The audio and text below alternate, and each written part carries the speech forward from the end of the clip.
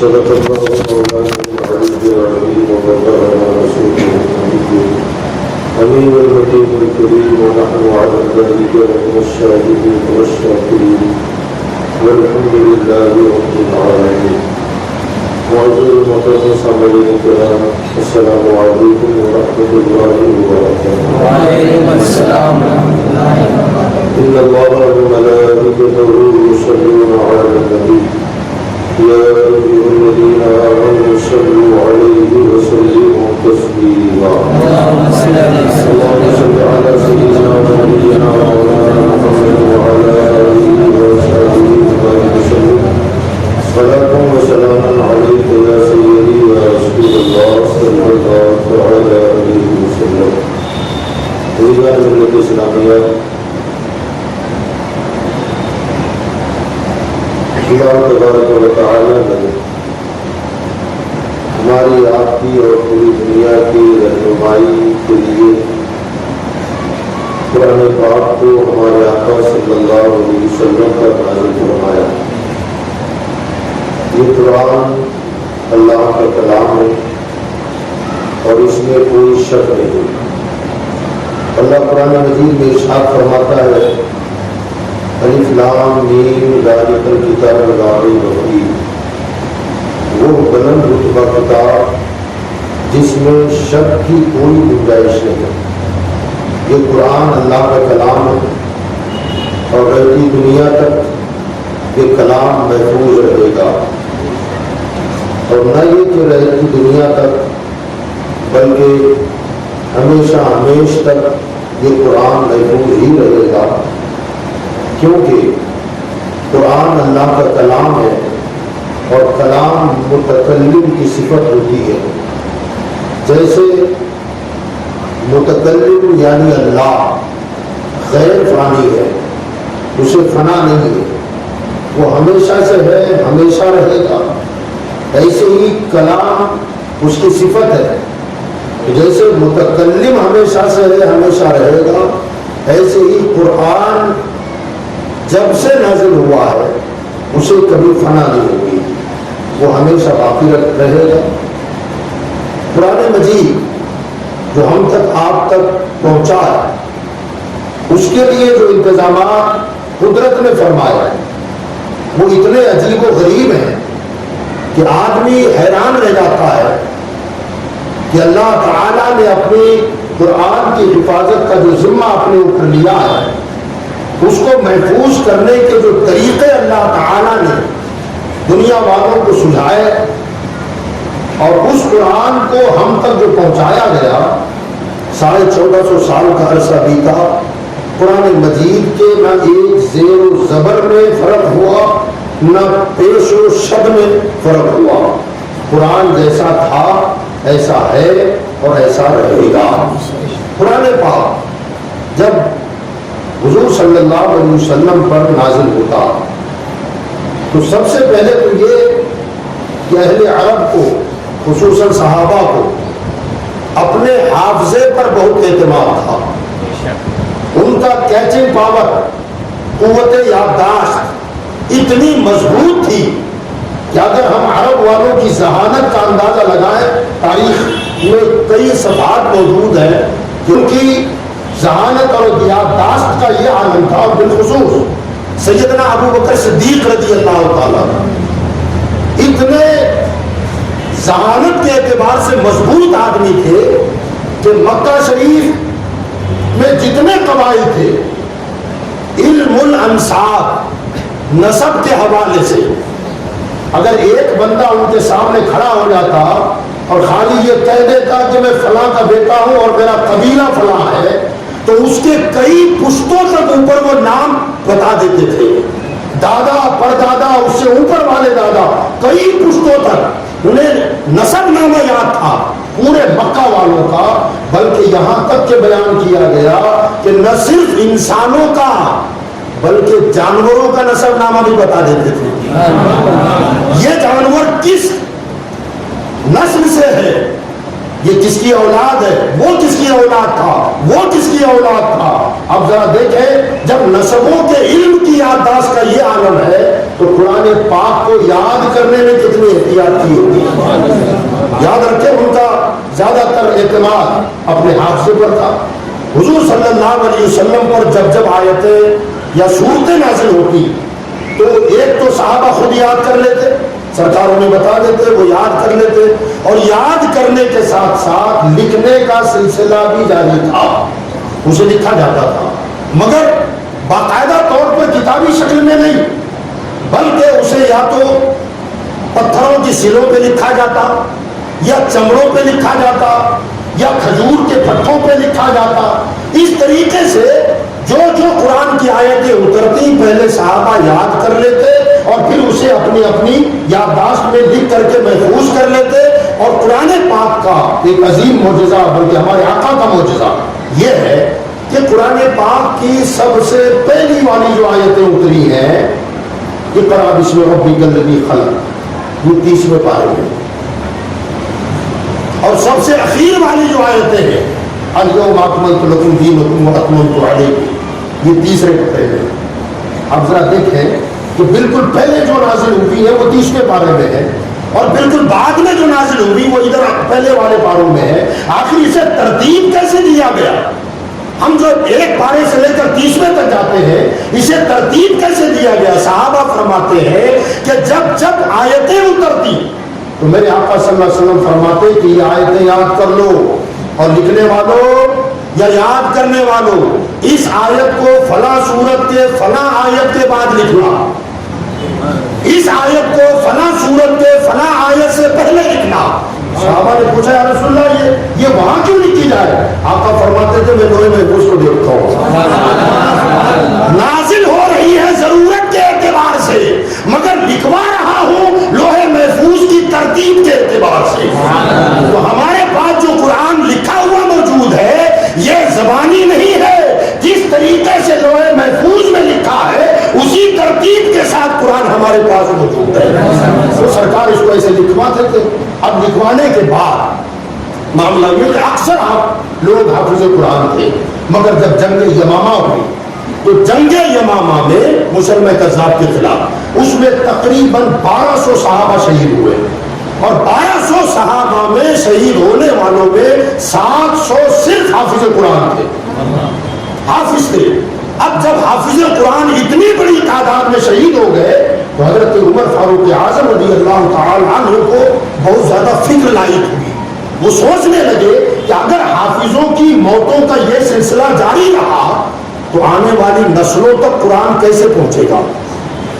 یہ قرآن کی منتقلی کی ذمہ داری اب ہماری ہے.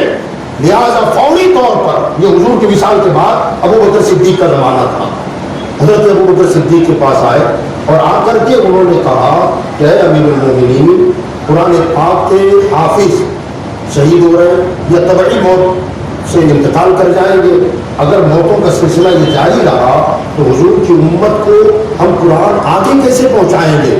تو آپ نے فرمایا چاہتے کیا ہیں آپ؟ تو کہا میں یہ چاہتا ہوں کہ قرآن پاک یا تو لوگوں کے سینوں میں ہے یا پھر کتبوں پہ لکھا ہوا اپنے اپنے گھروں میں محفوظ ہے، لہٰذا ان سب کو ملا کر ایک کتاب بنا دی جائے. تو حضرت ابو بکر صدیق نے پہلے قیل و قال کی، آگے پیچھے ہوئے کہ حضور نے جو کام نہیں کیا وہ میں کیسے کروں گا اور مجھے یہ کام کرنے کا حکم آپ نہ دیں.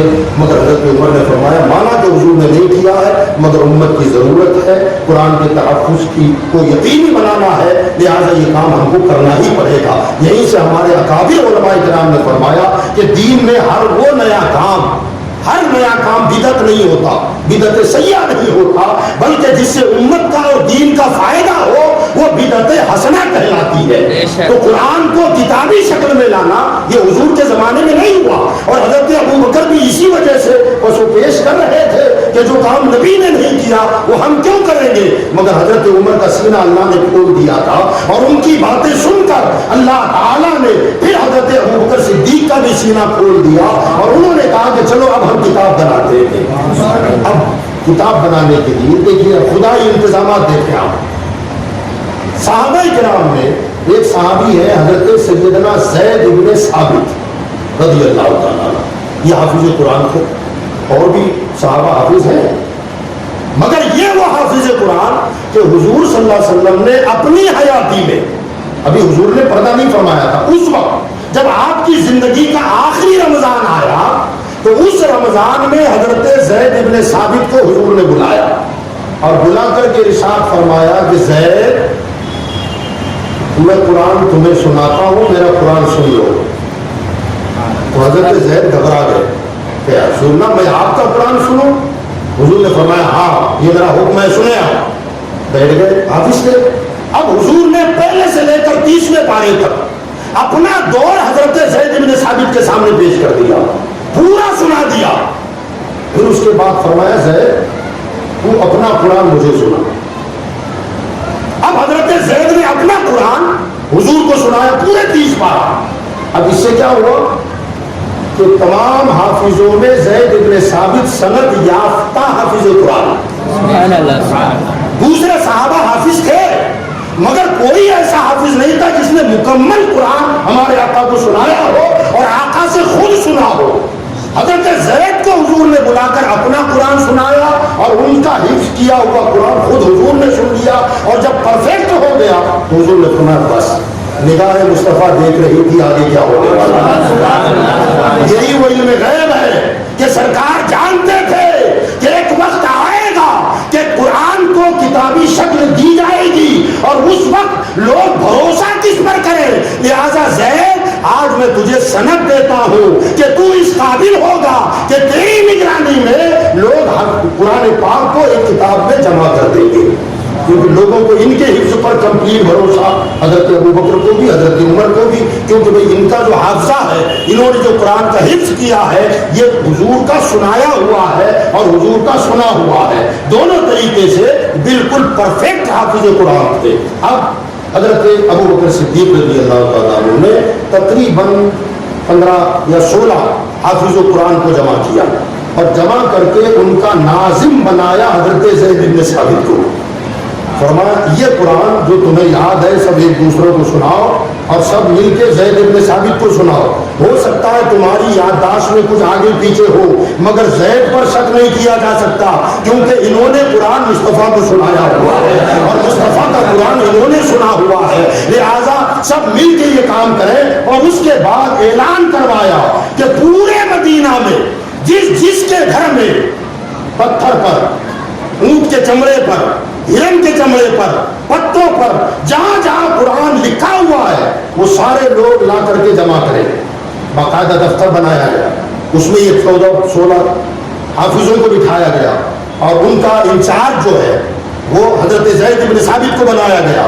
اب قرآن کی آیتیں آتی، اس میں ایک شرط اور رکھی تھی، ایک شرط حضرت ابو بکر نے یہ رکھی کہ جب قرآن پاک کے حصے، آیتیں، سورتیں جب گھروں سے آنے لگے تو ایک شرط یہ ہے کہ جب تک کوئی سورت یا کوئی آیت 2 گھروں سے نہ ملے اسے قرآن میں لکھنا مت۔ شہادت 2 کی چلے گی، گواہی 2 کی مانی جائے گی، اور جب 2 جگہ سے آ جائے اس کے بعد تم اپنے حافظے پر زور دینا۔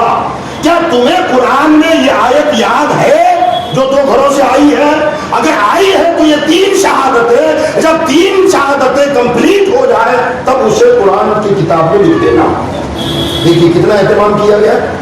اب قرآن جمع ہونا شروع ہو گیا، آیتیں آتی تھی، یہ 16 حفاظ کرام صحابہ کے درمیان سے گزرتی، وہ کہتے کہ ہاں بالکل برابر ہے، 2 جگہوں سے آئی ہے۔ حضرت زید بن ثابت خود اس کی تحقیق کرتے کہ ہاں مجھے بھی یاد ہے اور اس کو فلاں صورت میں فلاں آیت کے بعد یہ پہلے رکھنا ہے، وہاں لکھنا ہے۔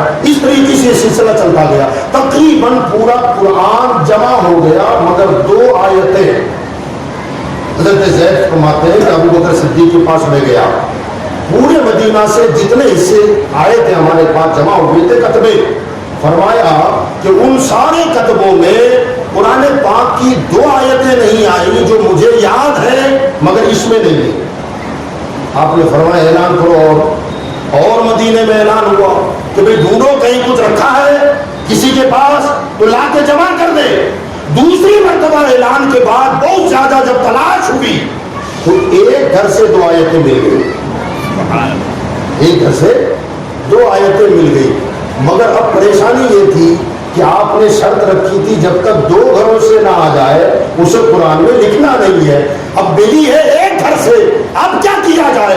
حضرت زید کہتے ہیں کہ میں اور پریشان ہو گیا کہ حضرت نے جو شرط لگائی ہے کہ 2 گھروں سے جب تک نہ ملے تب تک اسے قرآن میں شامل نہ کیا جائے۔ اب معاملہ یہ ہے کہ یہاں ایک ہی گھر سے ملی ہے اور وہ بھی بہت زیادہ تلاش کے بعد ملی ہے، اب کیا کیا جائے؟ دوسری مرتبہ پھر حضرت ابوبکر کے پاس حضرت زید گئے اور جا کر حضرت مل تو گئی وہ 2 آیتیں، مگر اب معاملہ یہ ہے کہ آپ نے شرط لگائی ہے 2 گھروں سے ملنا ہے اور ایک ہی گھر سے ملی ہے، تو آپ نے فرمایا کہ کس کے گھر سے ملی؟ کہتے ذرا سبحان اللہ۔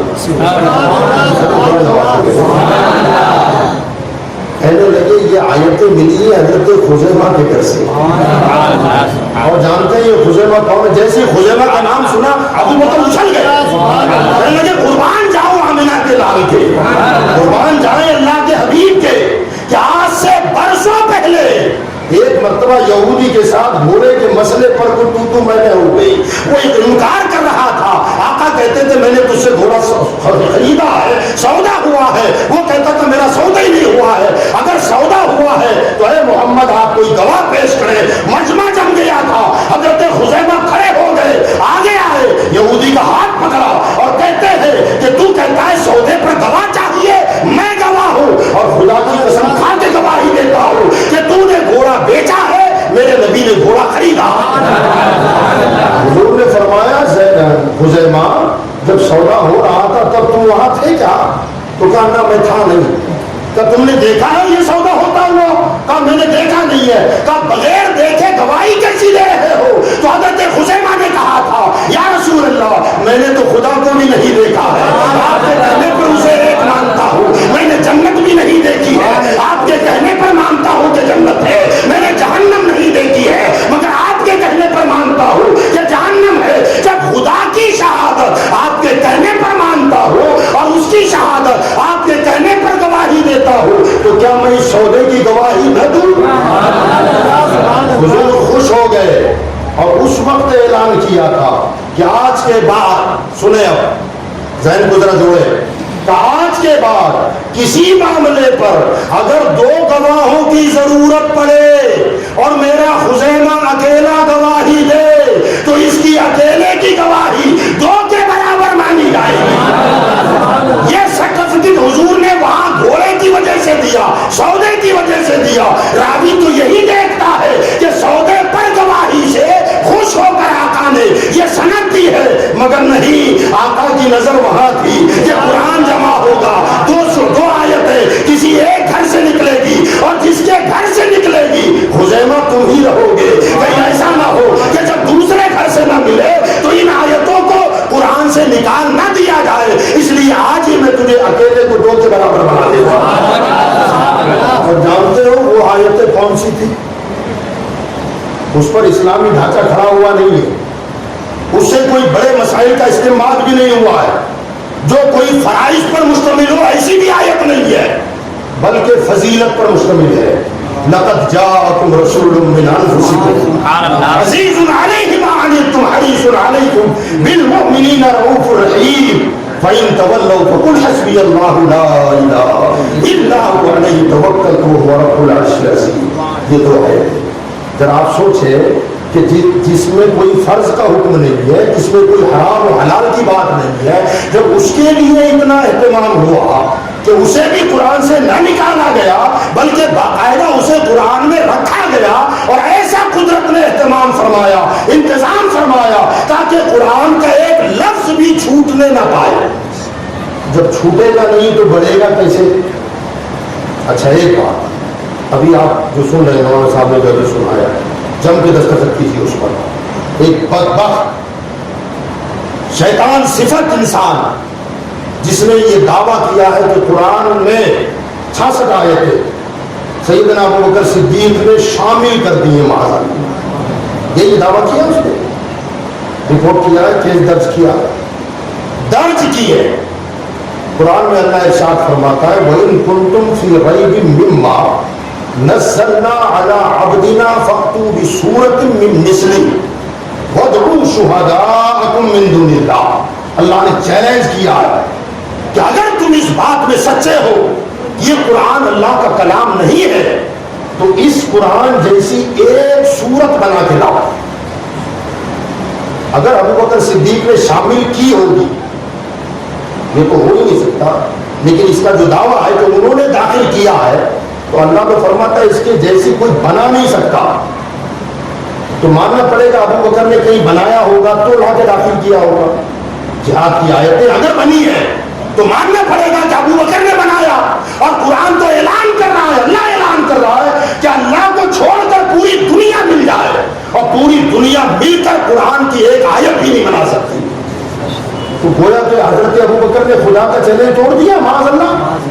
ہاں یہ پاسبل نہیں ہے کہ حضرت ابوبکر صدیق اپنی طرف سے بناؤ، اور میں آپ کو بتاؤں کہ حضور صلی اللہ علیہ وسلم نے بطور چیلنج جو قرآن میں آیا نہیں ہے وَإِن كُنتُمْ فِي رَيْبٍ مِّمَّا نَزَّلْنَا عَلَىٰ عَبْدِنَا، کہ ہم نے جو قرآن اپنے خاص بندے پر نازل کیا ہے تو اس کے جیسی ایک سورت کوئی بنا کے لائے اور پوری دنیا کے لوگ مل جائیں۔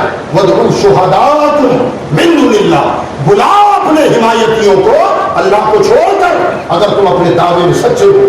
حضور صلی اللہ علیہ وسلم سے صحابہ نے کہا رسول اللہ کعبے کی دیواروں پر اس زمانے کے بڑے بڑے شعراء، سبع معلقہ جو شاعروں کے کلام ہیں وہ وہی کعبے پہ لٹکے ہوئے ہیں، وہ لٹکا دیتے تھے تاکہ بڑے بڑے شعراء دنیا بھر سے جب آئے عرب والے تو طواف کرتے ہوئے اس پر نظر پڑ جائے، اگر اس میں اصلاح کی ضرورت ہوتی تو کوئی بڑا شاعر اس پہ اصلاح کر دیتا، وہ شعر یوں نہیں یوں ہونا چاہیے، یا سکتا آ رہا ہے یوں نہیں یوں ہونا چاہیے، اگر بہترین کلام ہوتا تو پھر اس کے نیچے کچھ تعریف لکھی جاتی کہ بہت اچھا کلام ہے، تو اسے فخر کے ساتھ شعراء پڑھ دیا کرتے تھے۔ صحابہ نے حضور سے کہا رسول اللہ وہاں پر اپنے اپنے کلام لوگ لکھ کے لگاتے ہیں اور یہاں انہوں نے ادھم مچایا ہوا ہے کہ یہ قرآن اللہ کا کلام نہیں ہے، ہمارا مشورہ ہے کہ کوئی قرآن پاک کا حصہ کعبے پر لٹکا دیا جائے۔ حضور صلی اللہ علیہ وسلم نے فرمایا لکھو انا اعطیناک الکوثر، قرآن کی سب سے چھوٹی سورت، سب سے چھوٹی،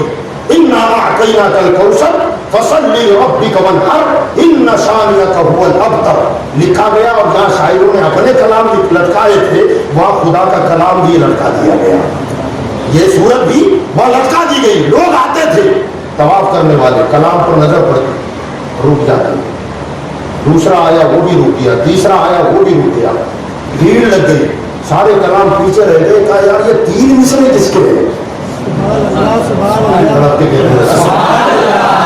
یہ 3 مصرے اس وقت اس زمانے میں عرب کا جو سب سے بڑا شاعر تھا وہ بار بار پڑھتا گیا، انا اعطیناک الکوثر فصل لربک وانحر ان شانئک هو الابتر، اور قلم اٹھا کر لکھ دیا ما ھذا کلام البشر، یہ کسی انسان کا کلام ہو ہی نہیں سکتا ہے، یہ کسی انسان کا کلام ہو ہی نہیں سکتا ہے۔ ارے جب پورا عرب مل کر ایک سورت کا جواب نہ لا سکا تو بھلا ابوبکر صدیق اپنی طرف سے 66 آیتیں بنا کے کیسے ڈالیں گے؟ خدا کے کلام کا مقابلہ نہیں کیا جا سکتا، یہ تو ممکن ہی نہیں ہے۔ اور پھر حضرت ابوبکر صدیق جانتے ہیں کتنے محتاط آدمی تھے اور خوف خدا کتنا تھا ان کے دل میں۔ ایک بات آپ بہتر طریقے سے جانتے ہیں کہ صحابہ میں سب سے زیادہ صحبت اگر کسی نے مصطفیٰ کی پائی ہے تو ابوبکر صدیق ہے، ان سے زیادہ کسی نے صحبت نہیں پائی۔